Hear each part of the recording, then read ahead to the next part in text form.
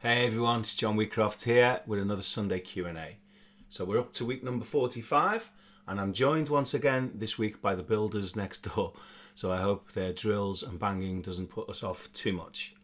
So once again, I got a chance to play with the fantastic Micky Dunne yesterday. We did a live stream and performance, and the tune this week is actually a compilation of some of the highlights from that performance from yesterday. So I hope you enjoy this as much as I enjoyed performing with Micky. It's always a thrill. It's amazing to get to play with other musicians again, and Micky's a wonderful guitar player and a great friend. So let's hope that we get to do a lot more of that in the coming weeks and months. Some great questions this week. I'm going to be looking at a continuation of the chord connections that we've been looking at in recent weeks, along with some interesting things with melodic minor that you can do against a minor 2-5-1 progression. So I hope you enjoy the music. I hope you enjoy the questions. As always, send any comments, any requests for things to cover in the future are greatly appreciated. See you after the music.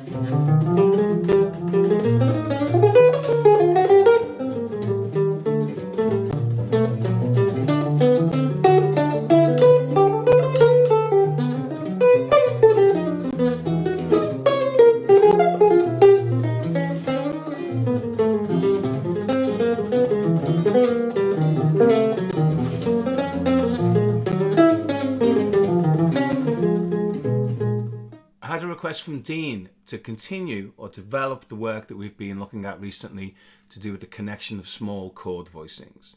So this is something that I'm more than happy to do. But before we do this, let's recap and see what we've got so far. So two of the main approaches we can use to connect chords together are to use very small, concise versions for each voicing. So some of the most popular options are the drop concepts, drop two voicings like so. So in this instance, the chord is configured root, fifth, seventh and third. And we've looked at these in the past many times. It's called drop two because if we see the chord in the way that it would appear on the stave, root 3, 5, 7, we can take the second from top note, in this case the 5, position it in the bass, spreading the notes of the chord out, and then we can move through each of the inversions. And that gives us the following configuration. From the root we get root, 5th, 7th and 3rd. From the 3rd we get 3rd, 7th, root and 5th. And from the 5th we get 5th, root, 3rd, 7th. And from the 7th we get 7th, 3rd, 5th, root. So if this is news to you, then I suggest you review some basic drop two chord voicings before you continue. So now might be a good point to pause the video and review your drop two voicings. I'm going to give you them in their entirety actually. I'll play all 12. There's 12 possible. So on the bottom 4 strings we have this root position. Okay, now the next position is with the 3rd. It's important to recognize what the top and bottom note is perhaps. The 3rd and the 5th. Of course, we should know the other notes as well, but that's just a useful snapshot. In this case, 5th in the bass, and the 7th in the treble, and here we have 7th in the bass. You can play that here as well. And the tonic in the treble. Okay. So that can be juxtaposed to strings 5 through to 2. So this voicing that we had here can be moved, albeit moved in octaves, to these middle 4 strings. I find I tend to play like this, rather than as a bar. Then the next inversion with the 3rd could be here. Of course, could be played here. With the 5th. And then with the 7th. I hope this is clear. On the top strings with the root. With the 3rd. With the 5th. Of course, that can be played as an open position chord, and with the 7th. So that was one of our first ways of looking at spreading the G7 chord out to all these different locations on the guitar fretboard. Of course, we can do a drop 3 voicing that looks like this. And we'll move these, there's only 2 locations for each chord here. So this is with the root, and that can be played here also. Okay, then we've got a voicing with the 3rd. Can be played here. Now that can be mimicked here. Of course, can be moved up an octave as well if you like. Okay, the next one's with the 5th. And then again, that's the exact same voicing, can be played here. And then finally in this set, we have with the 7th. 7th in the bass, one of my favorite voicings. So that'll be this kind of voicing. So before you continue, before you go any further, I'd make certain that you're secure with those options. That's the drop 2 and the drop 3, in this case all in G7. An interesting development from these voicings is to bring it down even further, to take the 4-note chord voicing and create a 2-note double stop from either the top 2 strings or from the 1st and 3rd string and the 2nd and 4th string. So that'll give us this. If I do it on the top strings, here's our 4-note voicings. That becomes reduced to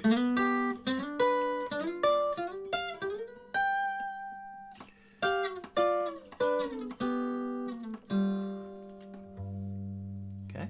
Now I can do exactly the same thing on strings 2 and 4, the same deal. Okay, that gives me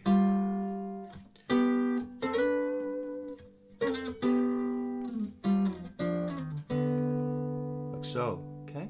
Now, anything that I do on the treble strings, of course, can be moved over to the bass string. So if I have this relationship here, B and G, I can find that here, or I can find it here. So it's a really good idea to see if you can find this relationship on the bass strings.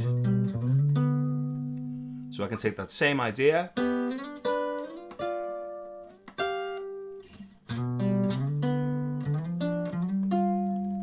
find it between, in this case, strings 3 and 5. I can also do the same thing, of course, between strings 4 and 6. And they can all be used for G7 fills. Enough for the drop 2 voicings for the moment. Our other option was to take a 6-string voicing like so, and break that down into the potential for 4 3-string voicings.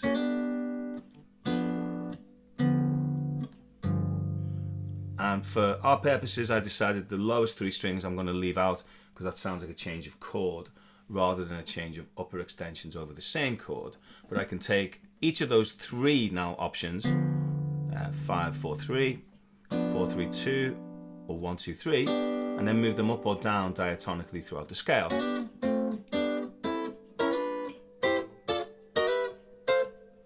So we looked at this a couple of weeks ago, so maybe, again, if this is new to you, this might be something to go and review one of our previous weeks. And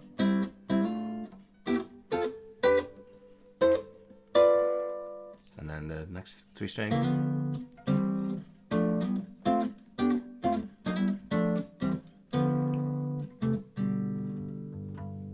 Okay, so they were our options. Maybe I'll run that a little bit slower, perhaps. So if I go from this voicing, if I move everything up 1 note, it becomes same deal.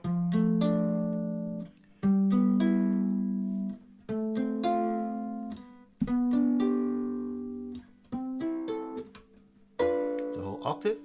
Okay, now if I do the same thing, 4, 3, 2.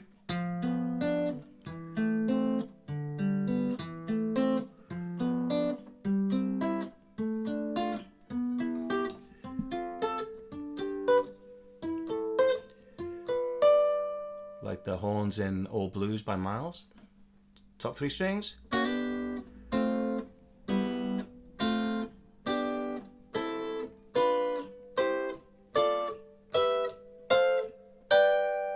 There you go. Our final preparatory step is to do exactly the same thing we did with the drop 2 voicings. When we fragmented the 4 string, in this instance, shapes into 2-string double stops on all the various string groupings. We can do exactly the same thing with our 3 note.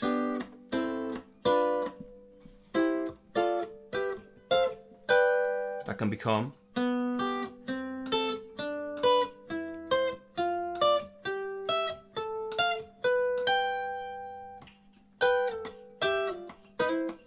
that kind of idea. Okay, and anything that I do on strings 1 and 3 can be transferred across. We'll do it on 2 and 4. I'll leave you to do 3 and 5 and 4 and 6. So on strings 2 and 4 would be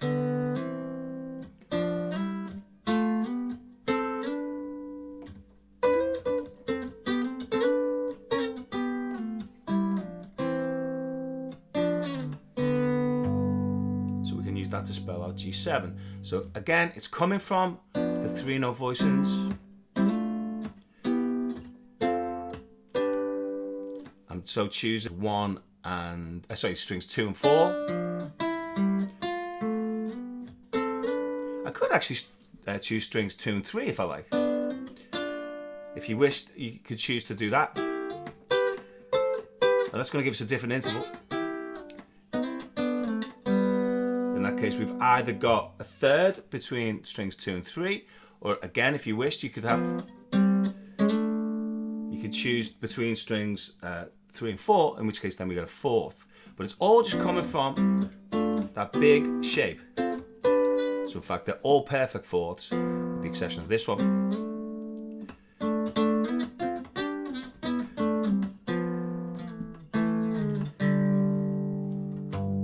Or thirds.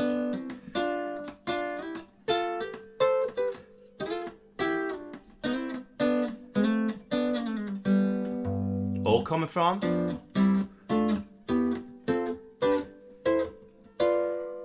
Again, repeat this on every string pairing that you can find. If you manage to get through all of these voicings and you're feeling pretty confident that you can efficiently map them out, then the next step is to start putting them through some chord changes. And that's our development this week. It's taking this information and putting it through a set of chord changes.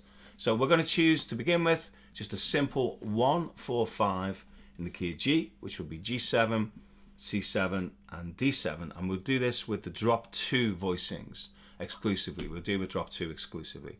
Now, of course, you can do exactly the same thing with drop 3, and you're going to be able to do this everywhere on the guitar.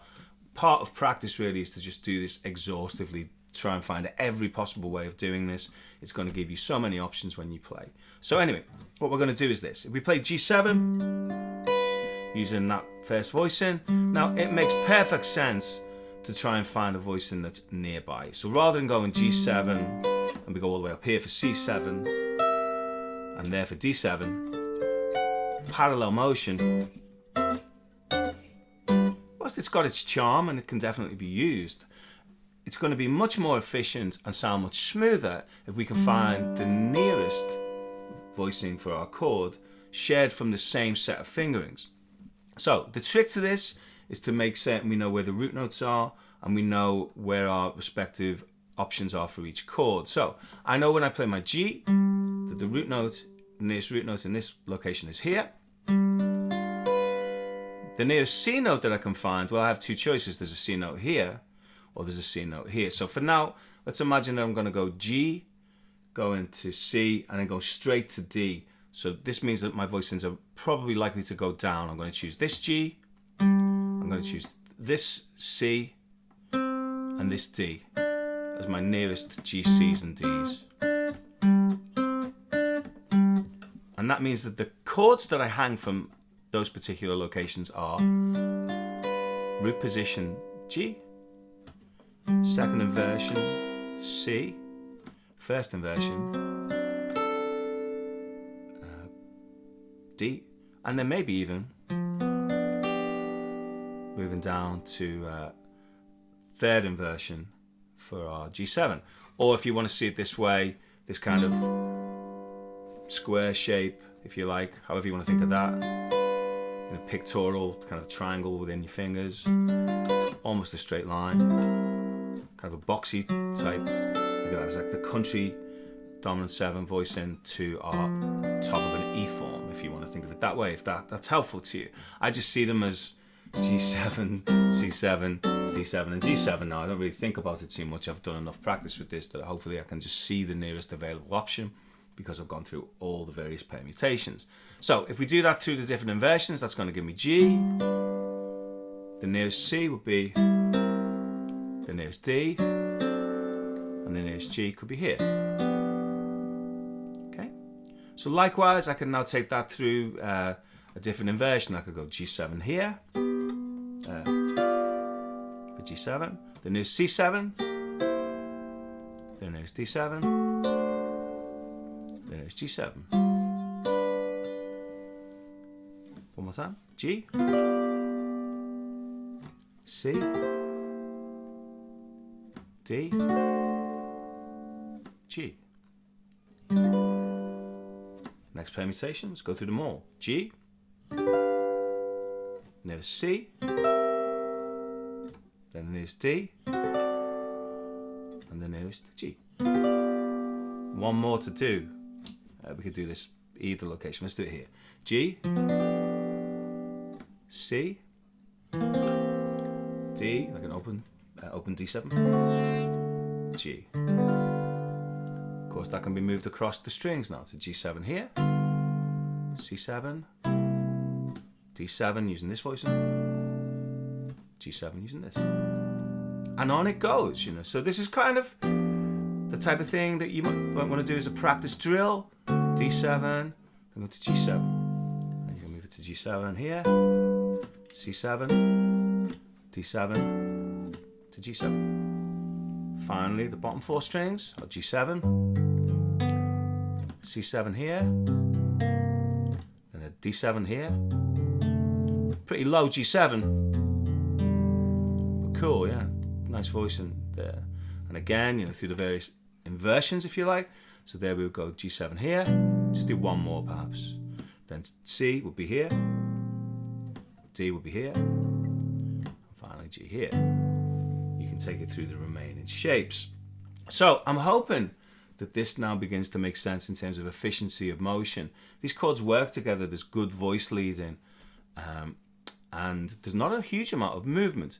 Say I were to go G goes to C, goes back to G, goes to D. Well, this might go now down and then back up if you choose. So I might go G, goes to C, goes back to G, then goes to D. That might have that kind of motion to it. So G, goes to C, goes to G, goes to D. Maybe I'll choose just one from each string group. G, goes to C, goes to G, goes to D. G, goes to C, goes to G, goes to D. And of course you can do all of this stuff with drop 3 voicings.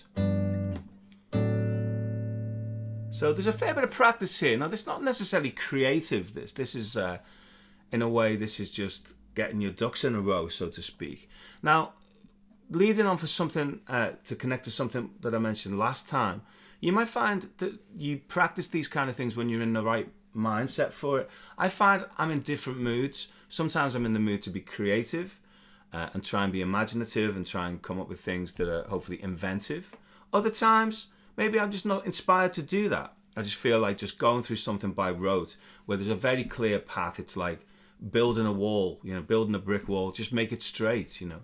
As my friend Andrew McKinney uses that analogy for sight reading. It's like you don't need to be creative. It's like building a wall, just make it straight. You know, that's the deal. So we don't need to be imaginative here, other than maybe imagining different ways to practice this. That's where the imagination comes in. But there's a definite yes or no answer as to whether or not do you know all the drop 2 voicings for G7? Do you know how to connect that to C7? There's a clear sense of progression here. This is not about, there's no real opinion as well. It's like you can either play it or you can't. And you might find there's a certain time in your practicing where you're just in the mood for that. That's the way that it's going to like really get something done.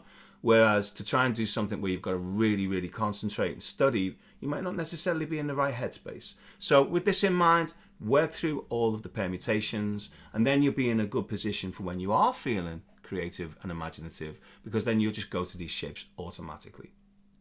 As a short addendum to that particular topic, we can do exactly the same thing with the reduced double stop versions. So if we've got our G7 like so, and I've got my C7 like so, and I've got my D7 like this, I can now make that into double stops. G7, C7, D7, G7, like so. So you can take the big voicing, and that becomes G7, C7, D7, G7, like so. Again, you can do this everywhere. So remember, G7 can be. So that means C7 can be. D7 could be. Connect those together now. Then you find you're in Steve Cropper territory then. Let's conclude this study on chord fragments by moving it through the scale voicings. So for the moment we'll just do G7 and C7. On the treble strings for G we have.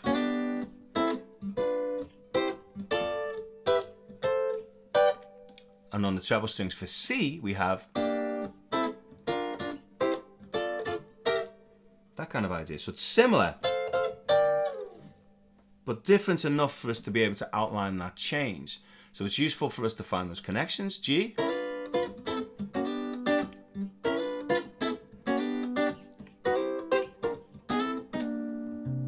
C.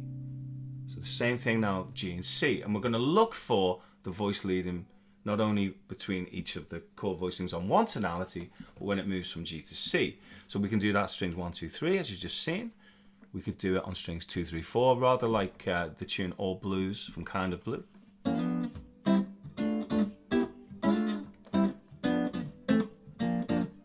kind of voicing.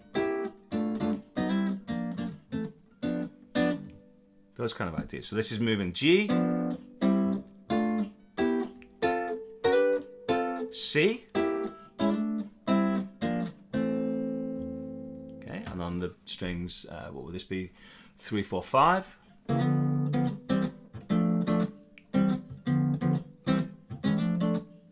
Okay, that's G, C.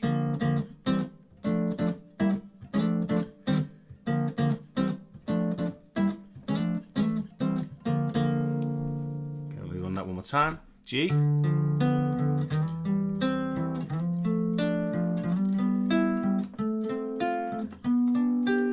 now I'll do the same thing in C,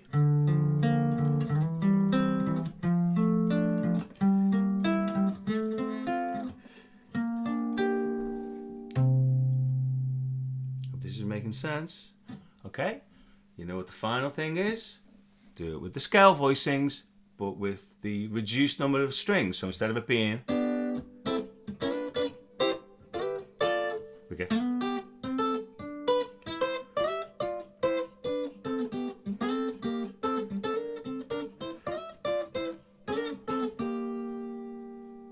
G and C. I'm going to leave it to you to put that across all of the various string groups. So you've got some work to do here, but hopefully it's valuable work and you'll thank me for it in the end. I had a message from Tony asking about some turnaround ideas. So I thought I could address this whilst looking at a minor 1625. So give you some options against the minor 1625 and show you a couple of interesting ways in particular to treat the 2 chord as if it's coming from melodic minor scale, but coming from a couple of different places. So I'm going to show you how we can exploit the fact that there's 2 minor 7 flat 5s in the melodic minor scale. So we can see how we can employ that in different ways. So first off, let's establish what a 1625 might be. So if we're in the key of C minor, the C minor could be a C minor 6. I'm deliberately not choosing C minor 7 to allow me to play the major 7 that you find in melodic minor as an option. That's an option now against the minor 6 chord. Of course, you can see that as C minor 6 to arpeggio. Okay. Now the 6th chord could be an A half diminished, which arguably is the same chord as the C minor 6. It's exactly the same notes. So in fact, the C minor 6 is the note C, E flat, G, and A. As is an A minor 7 flat 5. It's an A, a C, an E flat, and a G. So we can treat those two things as the same thing. So if we're playing, in this instance, C melodic minor, and we continue that theme against our A, what it gives us is a half diminished chord with a natural 9. That sound. Not with the flat 9 that you normally find in Locrian. It's a beautiful sound. We're going to use it again in a moment. Okay, so that's our 1, and that's our 6. And against both of those two, we might play C melodic minor. Okay. Now, of course, you could also play C Dorian, and that's going to give us C minor 6, C minor 7. And then that B flat gives us that usual, what we'd expect against the minor 7 flat 5, gives us the flat 9. Now, it doesn't work so well as an extension to the chord. That really needs to resolve. Whereas if I play that natural 2, it sits well against that particular event. Although, of course, we need to then remember that it's going to go someplace in the next chord. So okay. So what we have here is C minor 6. That's the 1. A minor 7 flat 5. That's the 6. So I'm hoping at that point that's fairly straightforward. Okay. Now, where we can begin to get a bit creative here is with the 2 chord. Okay, it's what we do with the 2 chord. So, generally speaking, the 2 chord in a minor 1625, we'd normally treat this as a D minor 7 flat 5. And if it's coming from C minor, then it's going to be Locrian mode or extensions with flat nines and so on. Now, of course, we can do the same melodic minor relationship that we just did to the A half diminished with the natural second, to the D minor 7 flat 5 with the natural second, maybe with an 11 on top as well. Okay, and if we do this, this turns our D minor 7 into an F minor major 7 over its 6, which comes from F melodic minor scale.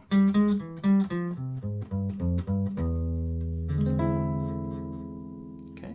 Now, this has a rather interesting effect in a minor tonality, and one that I particularly like, because what it gives us is, check this out, this E note is actually the major third of our resultant harmony moving to C. So that E gives us the impression of kind of like a little hint of something major happening.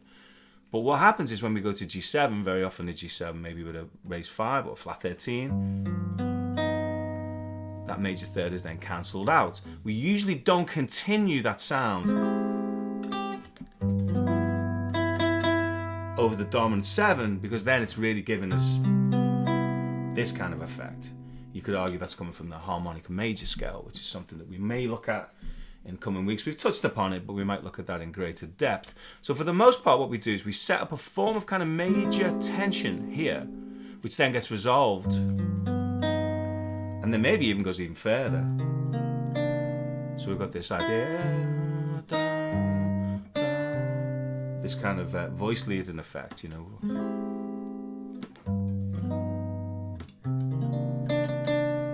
That kind of idea. So against this, we've got another melodic minor scale now. So against our C to A half diminished, we could play now against this chord, the D half diminished, F melodic minor scale.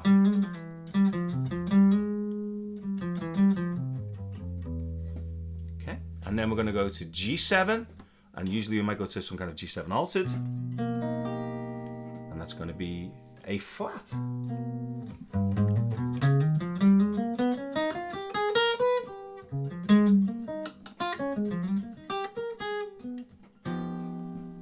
So yeah, another melodic minor option. So in our 4 chords, we've got C melodic minor, C minor 6, C melodic minor, C minor 6 against A half diminished, D half diminished, F minor 6, F melodic minor, and then we have G altered, and our option there is A flat melodic minor scale, A flat minor 6, so on and so forth, and we call that the super Locrian. So this, when it's played against the minor 7 flat 5, we call it Locrian natural 2, or we can just see it as a minor 6th in its inversion, and then we of course resolve to C. So I'm hoping at that stage that's making sense, and that for most of us, that's kind of it in terms of melodic minor choices. But there's another choice. There's a 4th melodic minor option, and that's what we're going to look at right now. A move that you frequently hear in minor, instead of the conventional 1, 6, 2, 5, is instead of the 2 chord, very often what we do is we replace it with a tritone. You could argue what's happening here is it's becoming D7, and then we play the flat 5, substitute D7, A flat. But in actual fact, if we look at it a little bit closer, it's a little bit more subtle than that, actually. It's not quite exactly that that's happening, but all will be revealed. Okay, so we can now make the bass line go C, A flat, G, that kind of thing. So this kind of move where you have the flat 6 dominant to a 5 dominant, you often hear in blues tunes, Thrill Is Gone and all those kind of things, you know.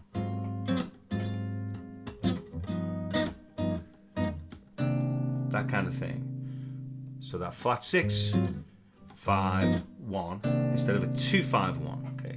So that's clear. So let's put it into the context of the 1, 6, 2, 5, however. So we're going to go C minor, 6, A minor 7 flat 5, the 6th chord.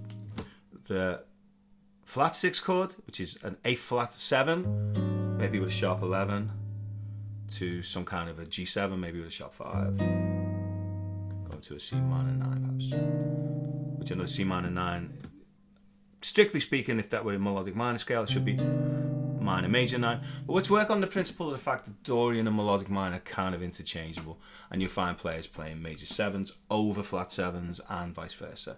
So it's not that precise, you know. In the reality of music, you can never really truly envisage what the accompanist is going to play anyway. So we have to just kind of adjust in real time. And if you play with someone, you hear that they're preferencing a lot of minor major 7s rather than minor 7s, you might go in that direction. Of course, the minor 6 is a safe bet because it doesn't have either 7.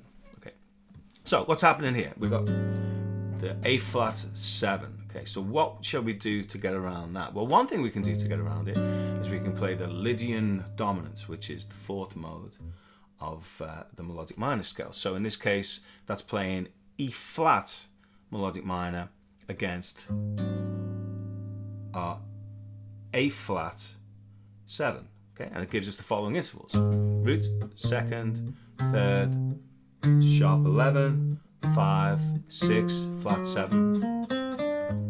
That's how it makes that kind of sound.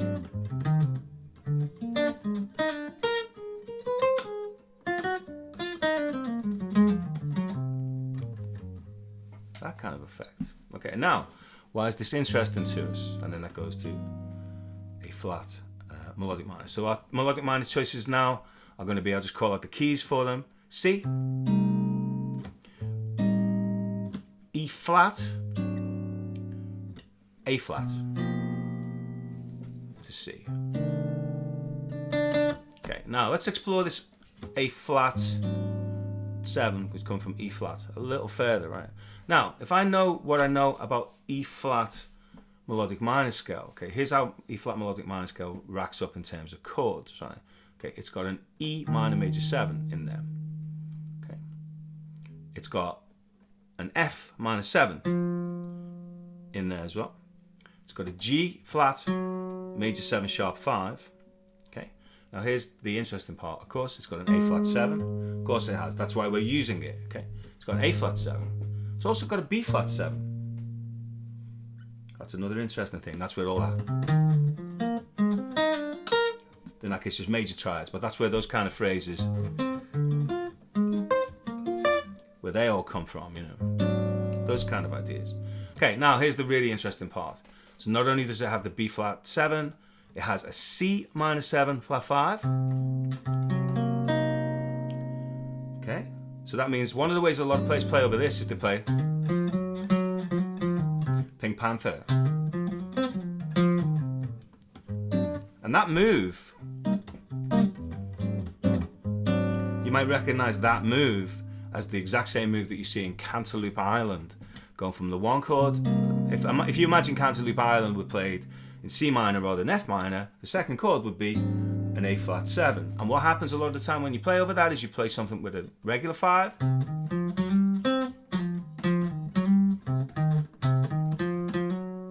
You play something with a flat 5, because that follows that change. And that's the way that a lot of blues players play over that when that happens. Gary Moore and guys like that, when they play over some kind of turnaround that goes,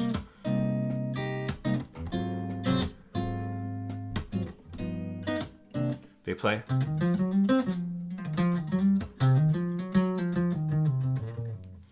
They aim for the blue note, that flat 5 note. So in a way, we could actually see this not as an A flat 7, but as a C minor 7 flat 5.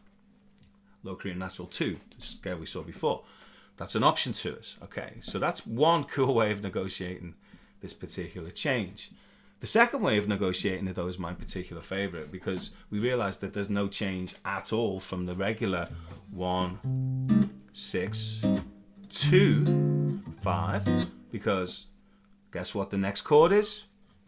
Minor major 7, minor 7, major 7 sharp 5, dominant 7, dominant 7, half diminished. Now a lot of us forget this with melodic minor because we're so quick to jump onto altered chords. The actual chord that you get from this degree now, if you stack it up, is a minor 7 flat 5. So we can really see this chord as being an inversion of D minor 7 flat 5, back to where we started. So it's not really a substitute at all. In fact, if I play the inversion like so,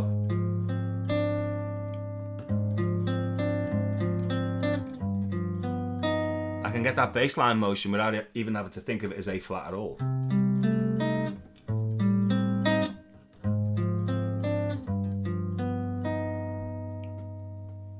So, this particular scale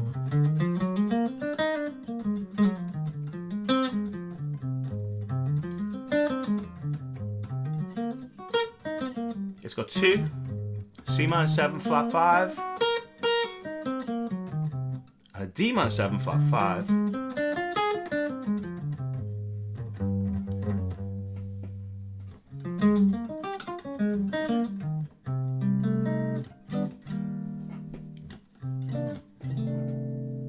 So I hope that's helpful. So just to run through them one more time, just to finish.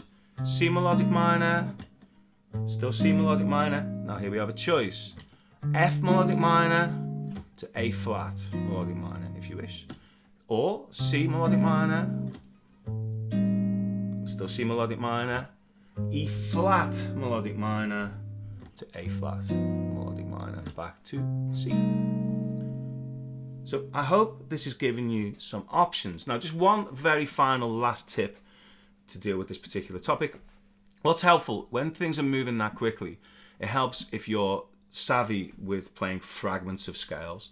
You're not going to fit a whole 2-octave or 3-octave version of that scale in. So what I suggest you do, if melodic minor scales are new to you or they're not something that you find you can incorporate in your playing, is to work on really, really small fragments of them. Maybe just play the first 5 notes or the last 5 notes or whatever it might be. Get so used to just seeing a little piece of them so that you can just play maybe a note or 2 or a note or 3 or 4 when we're in each particular harmonic event, as it were, rather than trying to cram everything in. You're never going to get everything in and make it sound musical. If you do that, it's going to sound like scale exercises. Whereas if you play little small melodic motifs and small fragments that just allude to that scale just by playing some of the key notes. So maybe you want to include the major 7 and the minor 3rd perhaps. So if you went major 7 up to minor 3rd and back, using the notes in between, major 7, root, 2nd, minor 3rd, for each of those tonalities, you're going to begin to hear the sound and you're going to be able to make that happen when the changes are moving quickly. That's another week in the bag. I hope you enjoyed week number 45.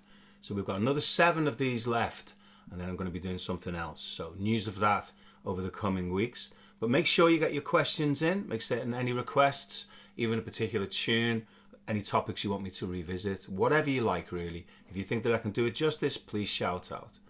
As always, I hope you're keeping safe. I hope you're staying inspired and that you got something useful from this week's stuff.